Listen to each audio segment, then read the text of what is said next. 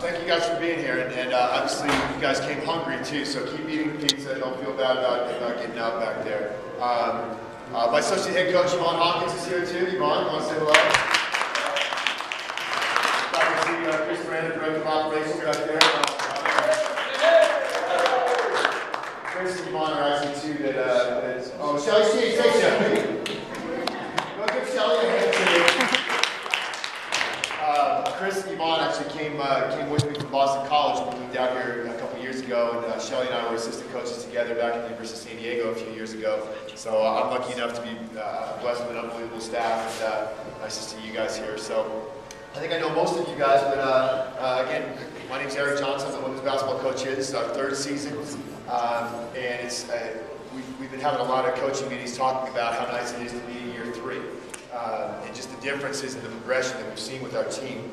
When we came here, there was just so much teaching, and obviously, Coach Tanner had done really good things. There was a lot of really good players in the program. We were lucky enough to come into a good situation. But anytime that there's a coaching change, coaches emphasize different things, and there's different things that are important to us.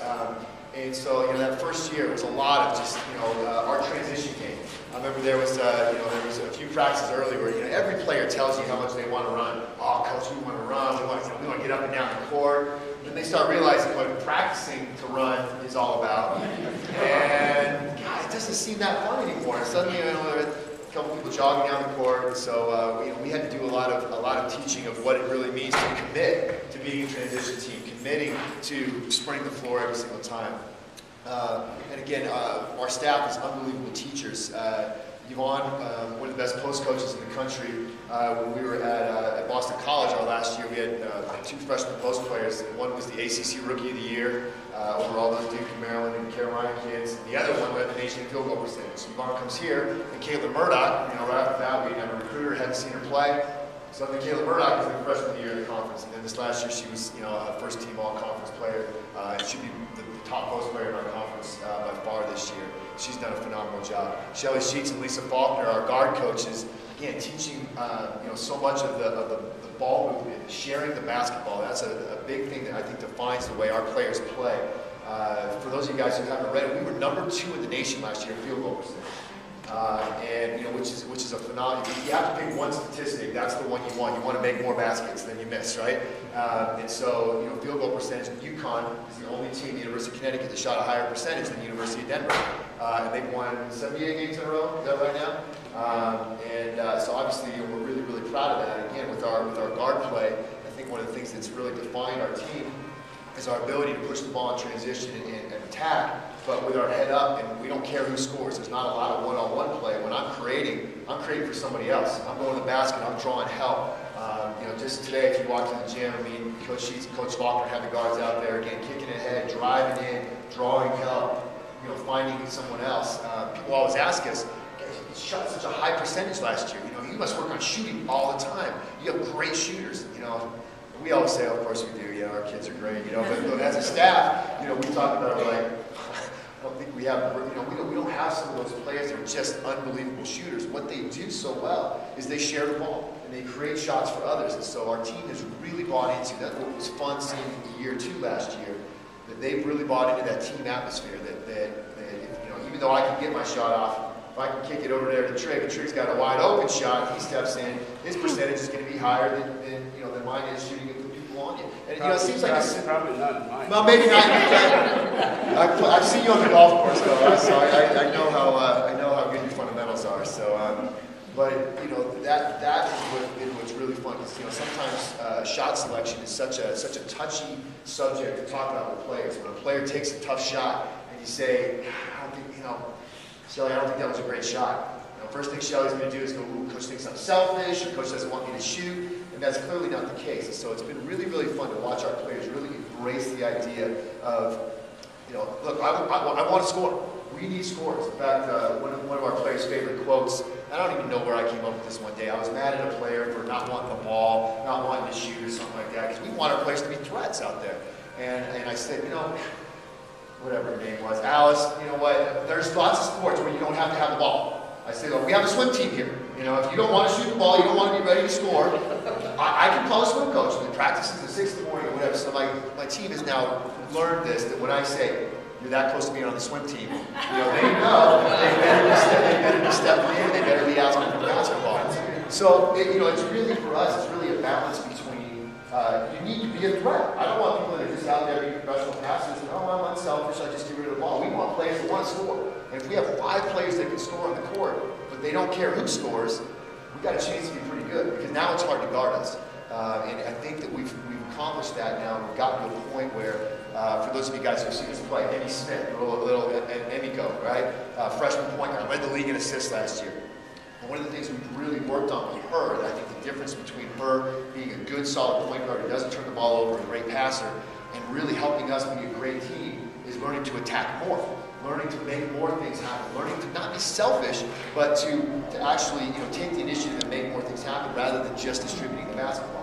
And that's a hard thing, because, well, you're the point guard. You need to be unselfish. You need to create opportunities for other people. But if you're not attacking and people can help off you and sit in Caitlin Murdoch's lap, or help off on Brittany Rice when she drives, or double Brianna Culberson in the post, well, then you're not doing your job as well. And as you guys can see, that's kind of a fine line. And so our staff, I'm really, really proud of the teaching that they've done with all of our players, not only skill-wise, but also mentality-wise. And just on an emotional level, that every one of them knows, hey, we're out there to score, we're out there to attack, and every one of them knows that it's more important that we score instead of I score. And so I think we're making some real good strides in that. On the defensive side, I think some of the things to expect this year, for those of you guys that saw us play last year, we didn't have much of a bench.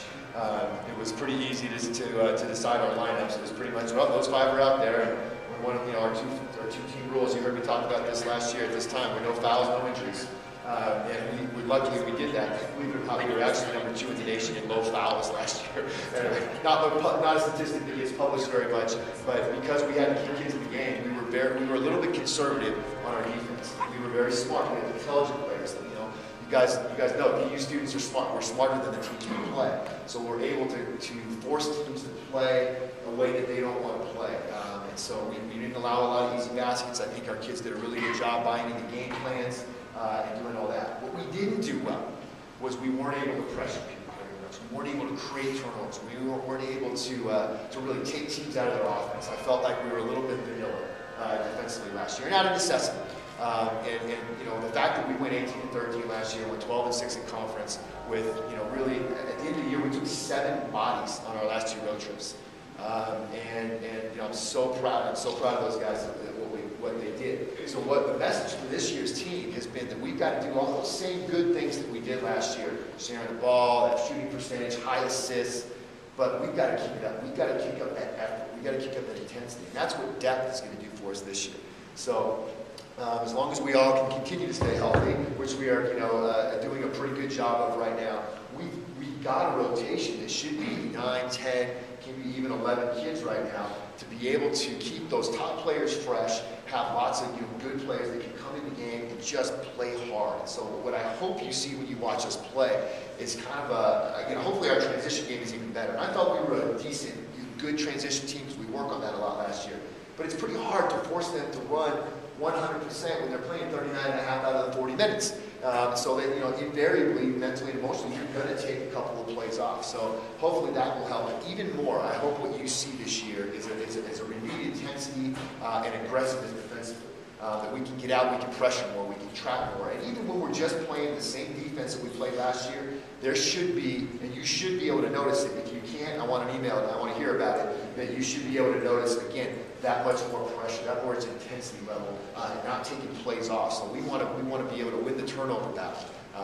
So the turnover battle is obviously we got to take care of the ball, but we've got to force them into more mistakes. And I think that, along with offensive rebounds, will be the other thing that's a big goal for us this year. Is we've got some great athletes and some really, really strong players. And again, I think last year with our lack of depth, I don't think we did a great job offensive rebounding. So as well as we did, there's a couple places that we need to really get better offensive rebounding and creating turnovers. So I want you guys to continue to hold us accountable for that. When you're watching in the stands, now you're informed fans. You're watching, I don't think Caleb Murdoch got to the boards right there, So if you get to see her at a reception or something like that, you might mention that to her.